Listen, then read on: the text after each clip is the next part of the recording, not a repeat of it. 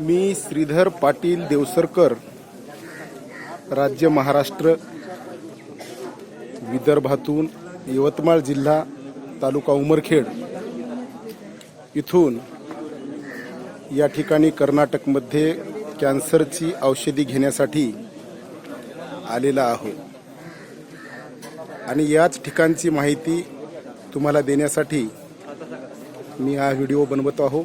या अगोदर सुद्धा माझा एक व्हिडिओ मी पाठवला होता, खूप व्हायरल झाला आणि महाराष्ट्रातल्या कानाकोपऱ्यातून बऱ्याच लोकांना या ठिकाणची माहिती मी देण्याचा प्रयत्न केला। आजचा सुद्धा हा व्हिडिओ बनवण्यामागचा उद्देश असा आहे की त्या व्हिडिओमध्ये माहिती ऐकून बऱ्याच जणांनी काही प्रश्न मला विचारलेत, काही माहिती माझ्याकडून देण्याची राहिली होती, म्हणून हा आजचा व्हिडिओ मी बनवत आहो तुमच्या सर्वांसाठी।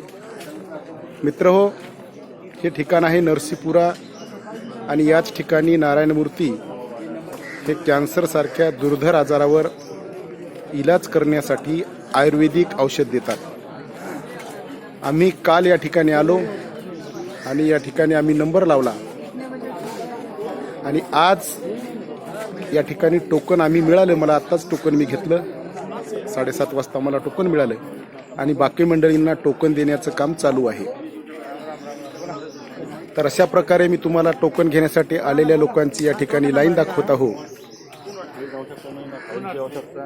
तर या ठिकाणी मला बऱ्याच जणांनी प्रश्न केला की पेशंटला आणण्याची आवश्यकता आहे का, परंतु मित्रहो, पेशंटला आणण्याची काहीही गरज नाही। कुणीही आपण या ठिकाणी औषधी घेण्यासाठी येऊ शकता। फाईल उपलब्ध असली आणली तर चालते आणि आपल्याकडे जर पेशंटची फाईल नसेल तर आपण फाईल आणली नाही तरी या ठिकाणी औषधी देण्यात येते। त्याचं कारण असं आहे की पेशंट कोणताही असो, कशाल्याही प्रकारचा कॅन्सर असो, त्यासाठी सर्वांसाठी एकाच प्रकारचं औषध, आयुर्वेदिक औषध या ठिकाणी देण्यात येते। त्यामुळे फाईल असली नसली तरी फक्त आपला पेशंट कोण्या परिस्थितीत आहे ते सांगणं आपल्याला आवश्यक आहे। त्याचं कारण असं की समजा जर पेशंटला जिभेला जखम वगैरे असेल तर त्या जखमेला लावण्यासाठी एक दुसरं वेगळं औषध या ठिकाणी देण्यात येते। म्हणून आपल्या पेशंटला जर जिभेला वगैरे जखमा असतील तर त्या आपण न विसरता या ठिकाणी सांगाव्यात। अशा प्रकारे या ठिकाणी 2 लाईनी आहेत, बरीच मंडळी टोकन घेऊन गेलेली आहे आणि हेच ते ठिकाण। या ठिकाणावर काही सूचना सुद्धा लावण्यात आलेल्या आहेत। त्या सूचना मी तुम्हाला मागच्या व्हिडिओत सुद्धा सांगितल्या होत्या।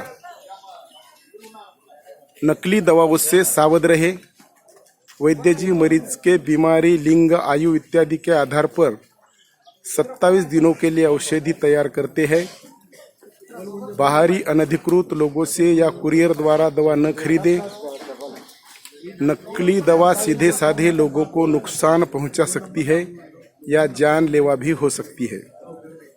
वैद्य जी द्वारा बनाई गई औषधियों की वैधता 27 दिन तक है, जिसके बाद दवा की समय सीमा समाप्त हो जाती है।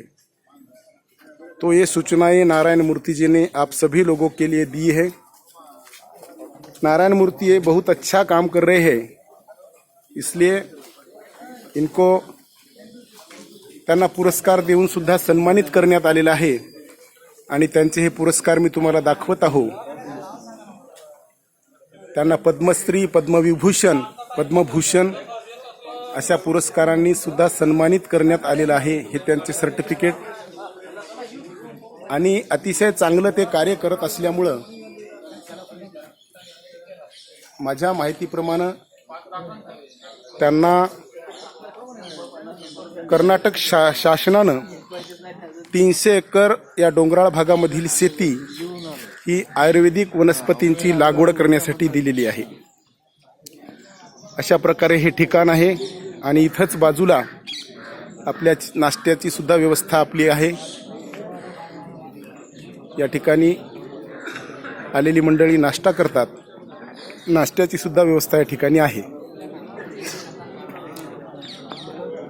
तर दुसरं सांगायचं म्हणजे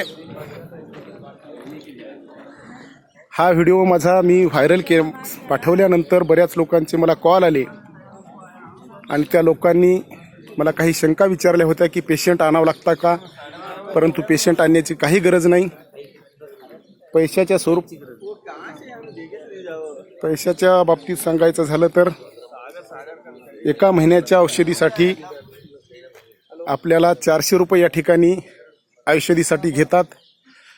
आणि या बिमारीचा आणि औषधीच्या पैशाचा जर विचार केला तर ही रक्कम फार मोजकी आहे. ही बाहेरून आलेल्या मंडळींची गाड्या. आता काही जणांनी विचारलं की औषधी कशा प्रकारची आहे. तर मित्र हो, आपल्याला औषधी म्हणून 3 पुड्या देण्यात येतात आणि त्या 3 पुड्या आपल्याला त्या 3 पुड्याची औषधी आपल्याला बनवायची आहे आपल्या घरी.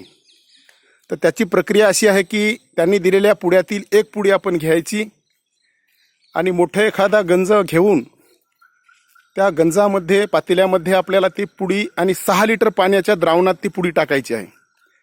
आणि त्याच्यामध्ये 2 चमचे मिरे आणि 2 चमचे जिरं हे बारीक करून त्या पावडरसोबत आपल्याला त्या पाण्यामध्ये उकळायचं आहे. आणि ते पाणी एवढा वेळ उकळायचं की ते 3 लिटर शिल्लक राहिले पाहिजे. 3 लिटर पाण्याची वाफ झाली पाहिजे. मग राहिलेलं द्रावण जे 3 लिटर आहे ते आपलं औषध आपल्याला पुन्हा ते सुती कपड्यामध्ये वस्त्रगाळ करून आपल्याला ते औषध आपलं तयार होईल. आणि असं हे वस्त्रगाळ केलेलं द्रावण म्हणजे आपली ही कॅन्सरची औषधी तयार झाली. मग आपल्या पेशंटला सकाळी, दुपारी आणि संध्याकाळी अशी 3 वेळ पेशंटला पोटात काहीतरी खाऊन, पेशंट खात असेल तर त्याला खाऊ घाला. आणि काही पेशंट जर खात नसतील, लिक्विडच्या रूपात असेल त्यांचा आहार, तर त्यांना काहीतरी लिक्विडच्या स्वरूपात आपण पाजायचं. आणि त्यानंतर 100 मिली हे औषध आपल्याला आपल्या पेशंटला द्यायचं. अशी एका पुडीचं द्रावण हे आपल्याला 10 दिवस पाजायचं. रोजचं 300 मिली म्हणजे 10 दिवसामध्ये आपलं ते 3 लिटर द्रावण आपलं पुरेल. आणि त्यानंतर आपल्याला पुन्हा त्याच प्रक्रियेनं दुसऱ्या पुडीचं औषध करायचं. आणि अशा एका महिन्याची औषधी आपली झाल्यानंतर आपण ही औषधी पुन्हा घेण्यासाठी यायचं आहे. आता बऱ्याच लोकांनी प्रश्न केला की औषधी किती दिवस घ्यावी लागेल. तर त्याचं सरळ उत्तर आहे की आपला पेशंट कोण्या स्टेजला आहे. आपला जर पहिल्या दुसऱ्या स्टेजला असेल तर आपल्याला त्याचा लवकर रिझल्ट मिळेल आणि आपण पुन्हा डॉक्टरकडे त्याच्या तपासण्या करून आपल्याला आपलं कळेल की आपला पेशंट कोण्या परिस्थितीत आहे. म्हणून ते आपल्या पेशंटच्या कॅन्सरची बिमारी ही कोण्या स्टेजला आहे याच्यावरती अवलंबून आहे. त्यानंतर मित्र हो, अनुभव जर या औषधीचा सांगायचा झाला तर खूप चांगले पॉझिटिव्ह रिझल्ट या औषधीच्या बाबतीत ऐकायला मिळालेत. खूप जणांनी म्हणजे चांगले फरक पेशंटला पडलेला आहे.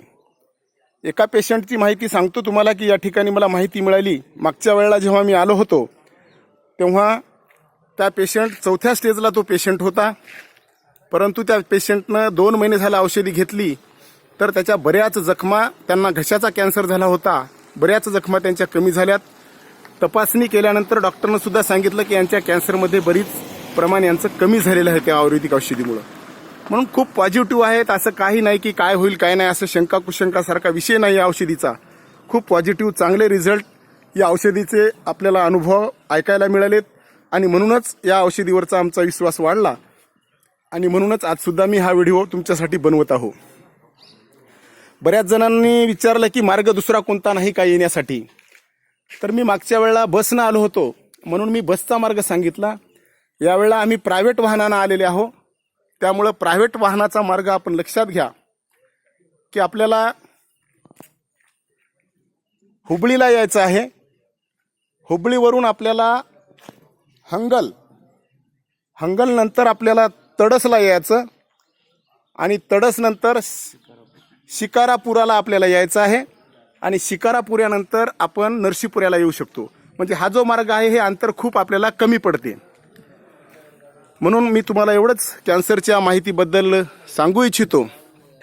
आपण सुद्धा या. हा सुद्धा माझा व्हिडिओ पहिल्या व्हिडिओसारखाच व्हायरल होईल. आपल्याला सुद्धा त्याची माहिती मिळेल. दुसरी गोष्ट मित्र हो, सांगू इच्छितो की आजच्या आपल्या राहणीमान म्हणा की आपल्या जीवनामध्ये दैनंदिनी म्हणा, आपली तुमची आमची शरीराला व्यायामाची कमतरता म्हणा किंवा खाण्यातला आहारातला आपला बदल म्हणा, या सर्व गोष्टीमुळं, आपल्या दिनचर्येमुळं, आपल्या राहणीमानामुळं या कॅन्सरसारख्या बिमारीचं प्रमाण हे खूप वाढलेलं आहे. मी तर सांगतो की माझा व्हिडिओ जेव्हापासून व्हायरल झाला मला रोजचे 5 ते 10 लोकांचे महाराष्ट्रातून वेगवेगळ्या ठिकाणून फोन येतात आणि कॅन्सरच्या बिमारीच्या या ठिकाणाची मला माहिती विचारण्यात येते. म्हणून मला एवढंच सांगू इच्छितो मी की ही बिमारी एवढं प्रमाण वाढण्यामागं खरोखर तुमची आमची राहणीमानाची पद्धत असो किंवा तुमची आमची व्यसनाधीनता असो, यामुळे या कॅन्सरसारख्या दुर्धर आजाराचं प्रमाण एवढं वाढलेलं आहे. माझी एवढीच तुम्हाला कळकळीची विनंती आहे की आपल्या सर्वांना माहीत आहे की टोबॅको असो, धूम्रपान असो, अशा वेगवेगळ्या व्यसनामुळं कॅन्सरसारखी बिमारी आपल्याला होते. त्याच्यावर फोटोसुद्धा काढण्यात येतात की तुम्हाला यापासून कर्करोग होतो. आपण सुशिक्षित आहोत सर्वजण, आता कोणीही अशिक्षित राहिलेलं नाही, पण तरीसुद्धा आपण त्याच्याकडं माहीत असून सुद्धा दुर्लक्ष करतो आणि आपण व्यसनाधीन झालो एवढी माहिती आपल्याला असून सुद्धा. म्हणून माझी एवढीच कळकळीची विनंती आहे की आज रोजी जर आपण पाहिलं 10 वर्षाखाली एवढं कॅन्सरचं प्रमाण नव्हतं, आज ते कॅन्सरचं प्रमाण कितीतरी प्रमाणामध्ये आपल्याला दिसत आहे. आणि पुढच्या 10 वर्षां 20 वर्षाचा जर काळ आपण पाहिला, भविष्यात काय होईल, अशीच जर व्यसनाधीनता राहिली, अशीच जर व्यसनाधीनता वाढत गेली तर खरोखर कॅन्सरसारख्या बिमारीनं खूप काही रौद्ररूप धारण केलेलं तुम्हाला आम्हाला पाहायला मिळेल. म्हणून अशी बिमारी आपल्यावर अशी वेळ येऊ नये, आपल्या जवळच्या कोणावर अशी वेळ येऊ नये म्हणून आपण सुद्धा व्यसनाधीन व्हा, आपल्या व्यसनाच्या दूर राहा, व्यसनमुक्त व्हा आणि आपल्या जवळची काही लोक असतील तर त्यांना सुद्धा व्यसनापासून दूर राहण्यासाठी आपण प्रोत्साहित करा. एवढीच माझी मी कळकळीची विनंती तुम्हाला या ठिकाणी करतो. दुसरी गोष्ट, या ठिकाणी मी मागच्या व्हिडिओत दाखवलं होतं की शुगरला सुद्धा इथं औषधी मिळते.